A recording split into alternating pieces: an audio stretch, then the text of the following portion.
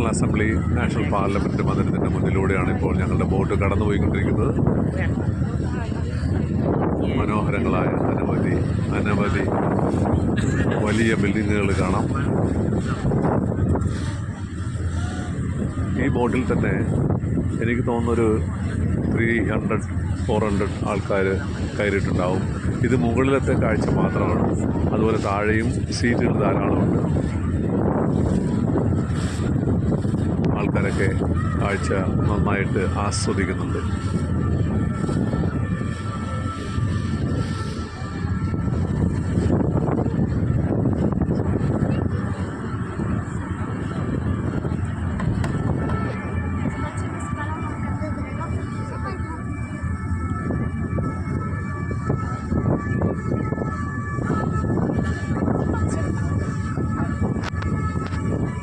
മറ്റൊരു വലിയ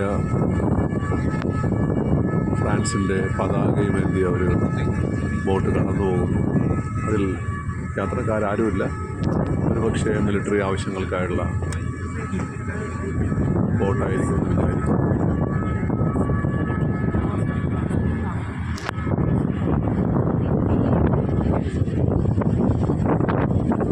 ഒന്നിന് പുറകെ ഒന്നായിട്ട് ധാരാളം പാലങ്ങളുണ്ട്.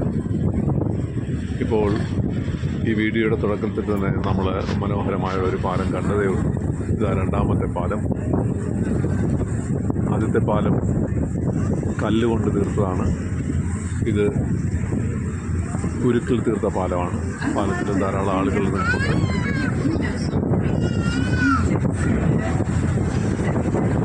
എത്ര ബൃഹത്തായ ഒരു കെട്ടിടമാണെന്ന് നോക്ക്.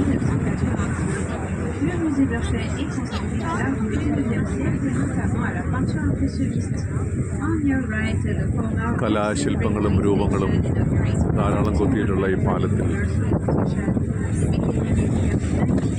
കലാശില്പങ്ങൾ കൊത്തിയിട്ടുള്ള ഈ ബിൽഡിങ്ങിൽ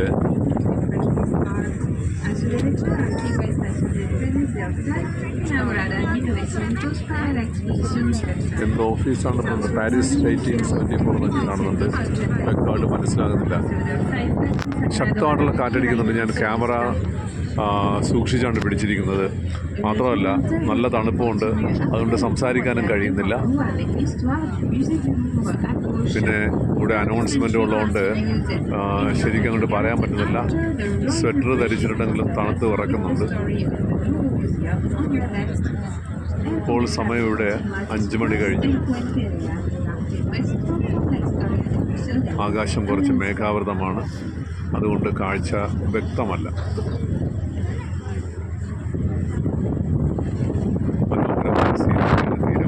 777 കിലോമീറ്റർ ദൈർഘ്യമുള്ള സീൻ നദിയാണിത്.